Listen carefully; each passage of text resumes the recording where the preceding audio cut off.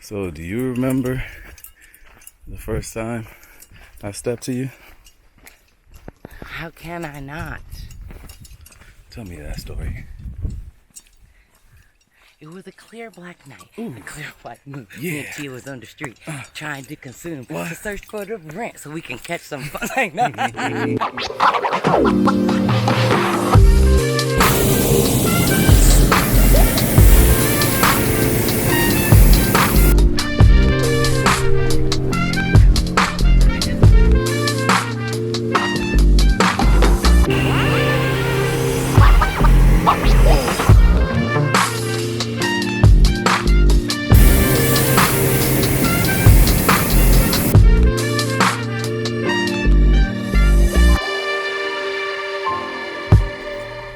Just got to Sedona.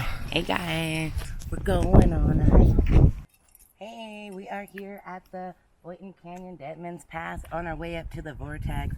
They said this is the strongest vortex in Sedona, so we're gonna check it out. We'll let you know what we think, and I'll let you know. We're gonna figure out if Jesus has the ability to change my water into wine. Stay tuned.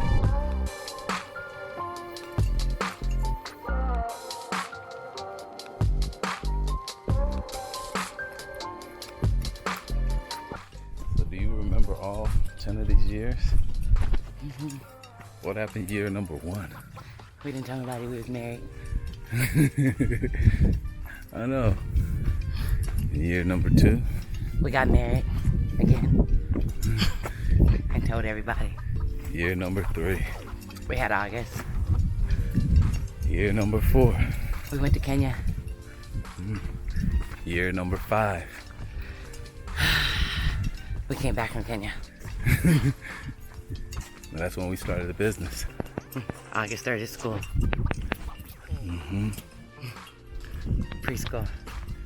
Year number 6? Cairo was ready. Year number 7? Cairo was getting ready to be a big brother. Year number 8? Solomon came. Year number 9? Solomon said he was the boss baby. And year number 10? Corona. I'm like, can't we all just get along? Don't hit your brother. No, stop it. Quiet. No, stop. Who got my remote? Leave my batteries alone. No, who download Pokemon on my phone? Oh, man. No, you can't catch them. Should be changing. So, do you remember the first time I stepped to you? How can I not? Tell me that story. It was a clear black night, Ooh. a clear black moon. Yeah. Me and Tia was on the street trying to consume, What? to search for the rent so we can catch some fun. Like, no. You were looking We for a hit rent. the east side and Scottsdale Road, pushing trying to find Mr. Sponsory. Seeing a car full of niggas and no need to chill. Let's step outside and get some. Like, no. So I stepped up to her and I said, "Hey, how you doing? I ain't got no rent for you, but I'd like to spend the next 10 years with you. And forever, ever. Can I buy you some chicken?" I said, damn, what's next? I got my homie pulled up and they all around. We gonna see if this clown gonna pay the rent. He tried to come up real quick and then it's like, I don't know. Then he pulled up some jerk and my guard went down. So I pulled up some chicken, and that's what I was doing. I told her, "Here's my number. Give me a call."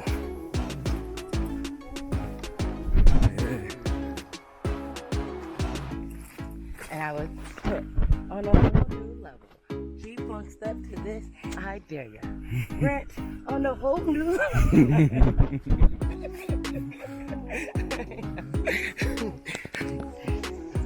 I'm like, "Sorry, boo, I can't sponsor you for the month, but I can sponsor you for your life." cool things they bring. Melodies. Want to give me some kids? And kids gonna give And now you. you're living.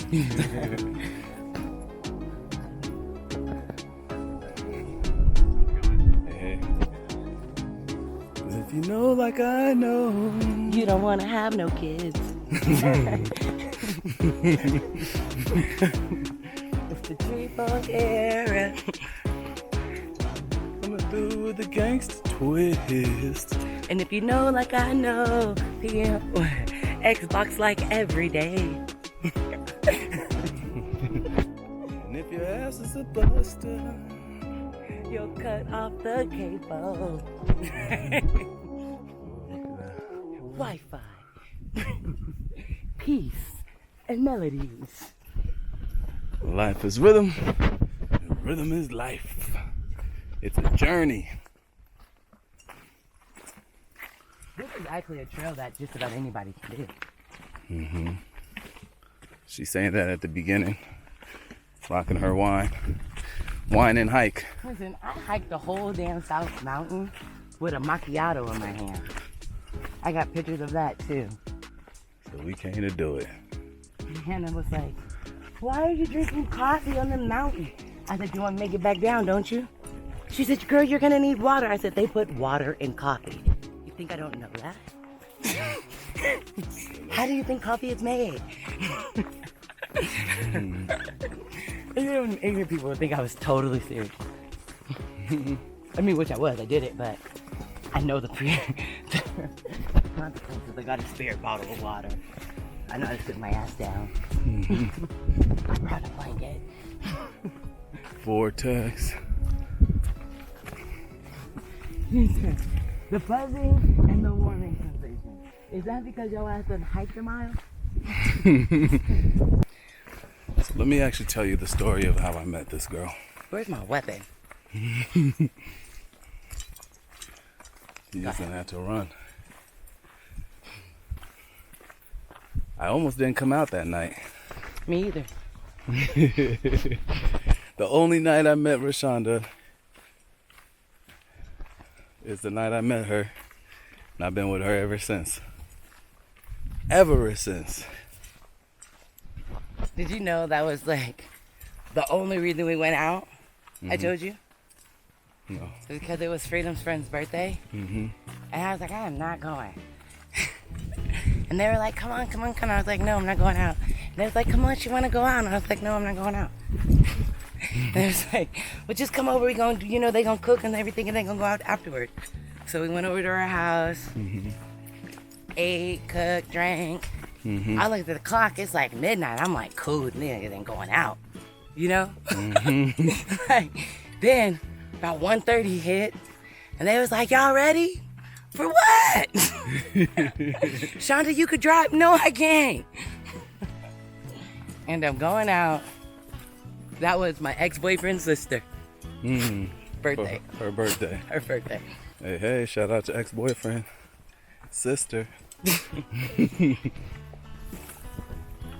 So, the reason I almost didn't go out, because basically like almost a month prior to that, hey, these other cats had basically found themselves and got into my domain, into the club life. And I was like, man, that's some BS. They basically finessed my hosts. They finessed her. I went out of state to do a conference. Came back. They done removed me off the flyers because it was the Caribbean Fusion. I used to do the after hours there, so I was on the flyers and everything else. But you know how Hustlemvn do. I got Caribbean Fusion. That's the name of your company. Hey, you know it. That's not the name of the spot. Hey, and so What is it called? my company's Kenyan Caribbean Fusion. You stole their name, huh? Go ahead. Remix. They're like McDonald's and we are like Mickey Dowells. They no longer in business. I'm in business. So I come back from, I think it was some type of show that I had to do in San Francisco. I come back, they done put new flyers and everything else after I done built up the spot. because like I used to go out every day. I done got that, help get that spot packed. It was the after hours joint, just like I was doing in college. So they got some new people and everything else to try to hit me with whoop-de-woo, whoop-de-woo. I was like, well, it's not what we agreed on, so I'm not showing up, but you're gonna be paying me my money. So I used to just go up to the club to get my money. So that night I didn't go out either. And I was like, oh, it's almost 1 o'clock, time to go collect. Cause I'm the type of person where you try and do me dirty, I'm gonna still show up. You just gonna pay. You could either pay me now or pay me later. So I went to go collect my money. So that's why I showed up kind of late. And I pull up, and there's only one person at the door because they had already, let everybody in. There was a whole line. I was standing next to the line on the other side. There was not a line. There was not a line. Well, I never Dion wait in was lines. out there being security. I never wait in lines. So the way I came, I only saw one person, and it was her. And so she's waiting at the front of the door. So your story is so cute, Stan. I steps up to her because that's what happened. Okay. I step up to her and I'm like, hey, what's up? How you been? Is that what I did? Hey, puppy. And so I'm like, yo, what's up? And she was like, What went through your mind when I stepped up to you like that? Nothing much. But She where gave me do I this- know him from? Yeah. I had never met her before in my life, but I seen her. I was playing it off too. I was like, did he pay the rent last month? I will be paying rent for the rest of our lives. So I was like, hey, what's up? How you been? She was like, And I was like, you about to go inside? She was like, yeah. I was like, for sure. I see you in there. And then I left. It was all a dream. So when I get inside, I goes up by the bar because they serve chicken, and after a while, it becomes a long ass line, and people can barely get their food. But the club was popping. It was always popping. It was an after hours joint. And so I see her. I think she was by herself or by the bar or something. And so I was like, hey, you want me to get you, let me get you some chicken? And did you say yeah? I said, I got some chicken. I'm waiting for it. Oh, well, I was trying to, be You nice. said, oh, okay. What's your number? And you asked for my ticket. Oh, yeah. And so I rushed her ticket over. I was like trying to be a gentleman. Like, nice girl, let me get her ticket taken care of. So then I ordered my food and I sat by the bar because it's an after hours joint. Then I seen her on the dance floor, No, you didn't. or I seen her next to the bars, or some guy pulled up. She was That was standing me. next to some guy. At the bar. No.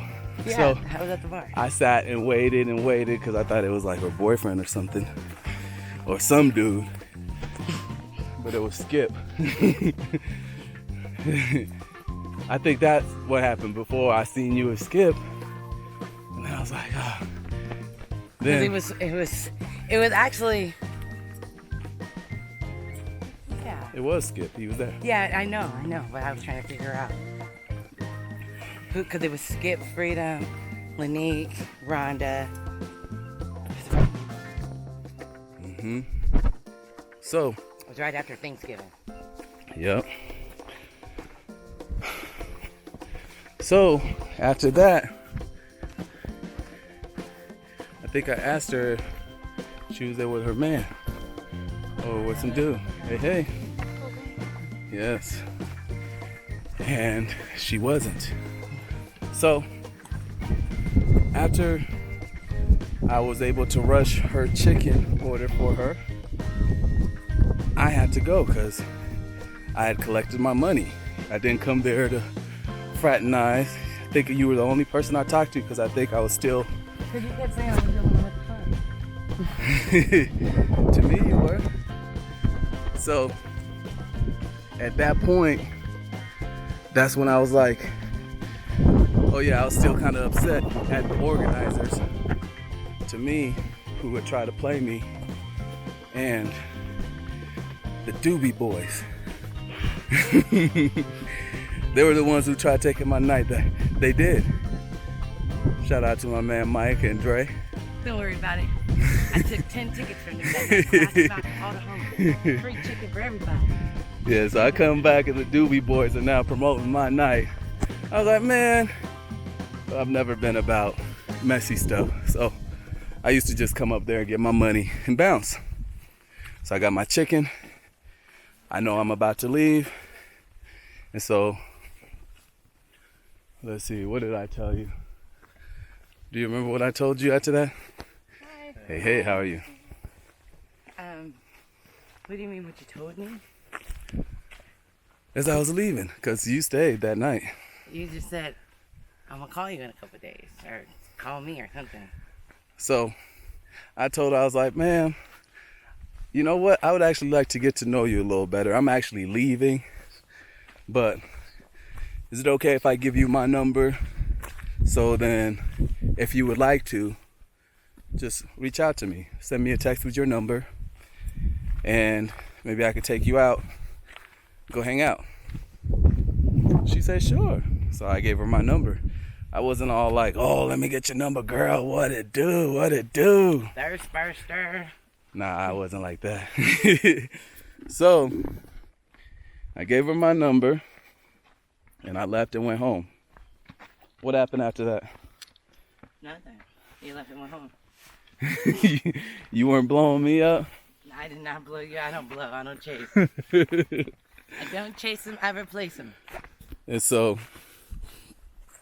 I think like that next day or something like Called you on Wednesday. She called me on Wednesday. But yeah, so she basically reached out to me. And I was like, what? I was excited. And then we went and hung out. Chilled. Then he stayed at my house forever. Brought all his friends. Even when I was at work.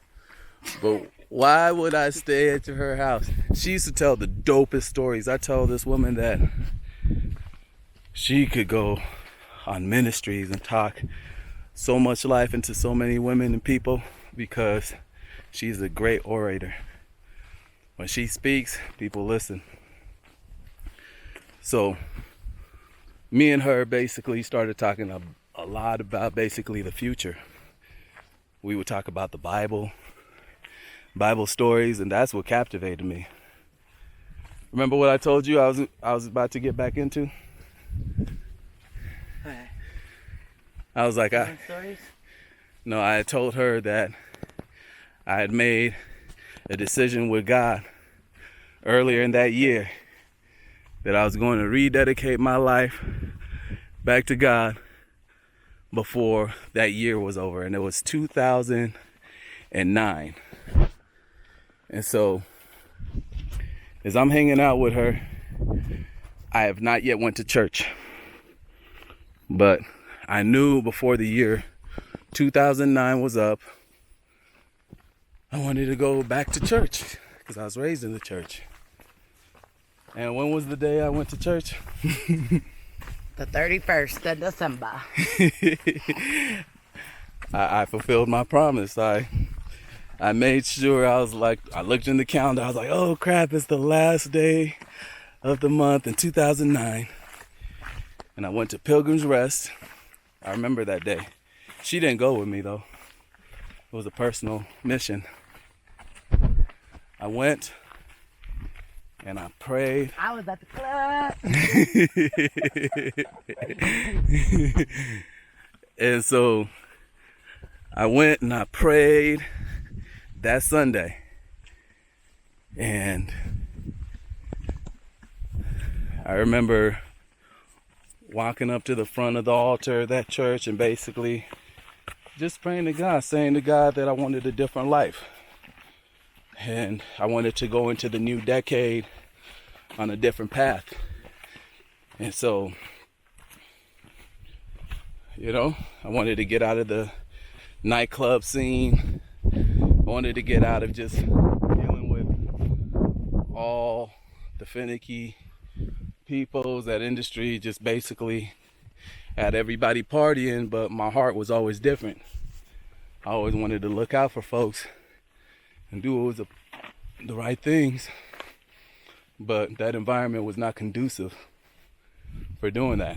So I decided I was out.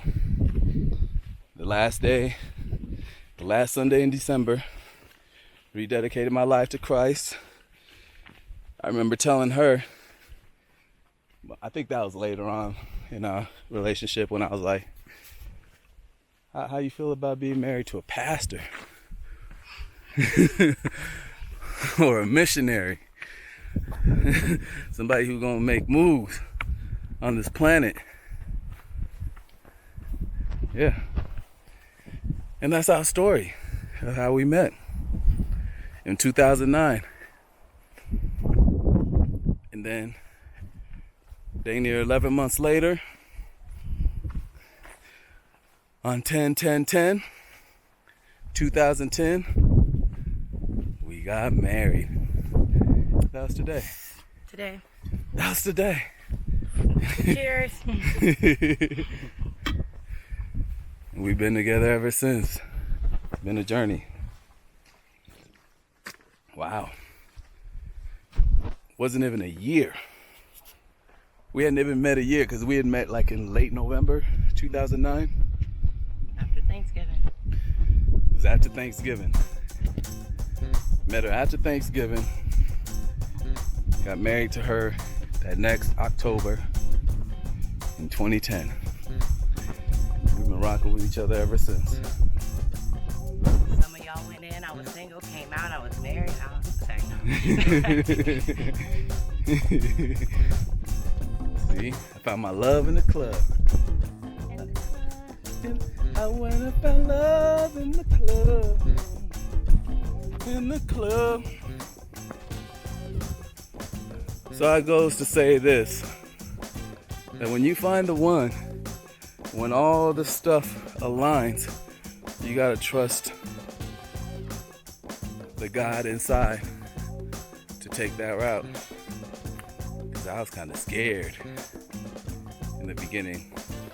Then I just prayed about it. Then I was no longer scared. I think in May I was no longer scared. That's when I was like, I'm gonna marry her. I'm done with all this. I'm gonna create a village, raise some children. And look at that, 10 years later, we hiking.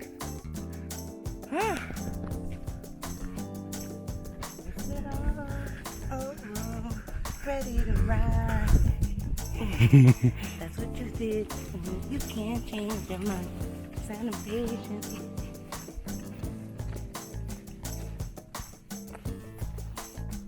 Someone with HBN.